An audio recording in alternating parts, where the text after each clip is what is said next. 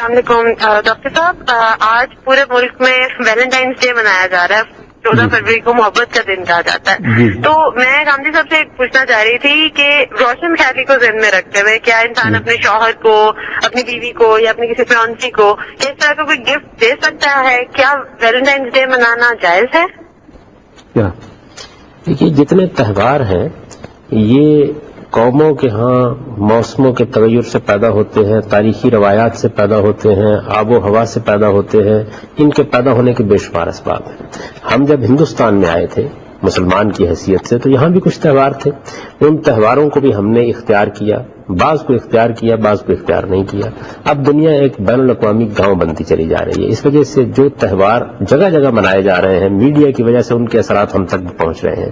مسلمانوں کے لیے اس میں اصول یہ ہے کہ وہ جس تہوار کو بھی منائیں اس میں یہ جائزہ لیں کہ کوئی اخلاقی قباحت تو نہیں ہے اس میں.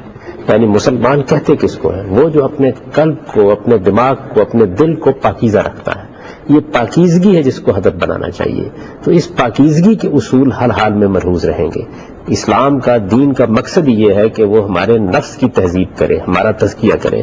یہ جو دن ہے، اس دن کے اندر اگر کوئی غیر اخلاقی چیز ہے جو ہمارے ہاں یا ہماری روایات کے مطابق نہیں ہے، ہمارے دین کے مطابق نہیں، اس کو نکال دیجئے.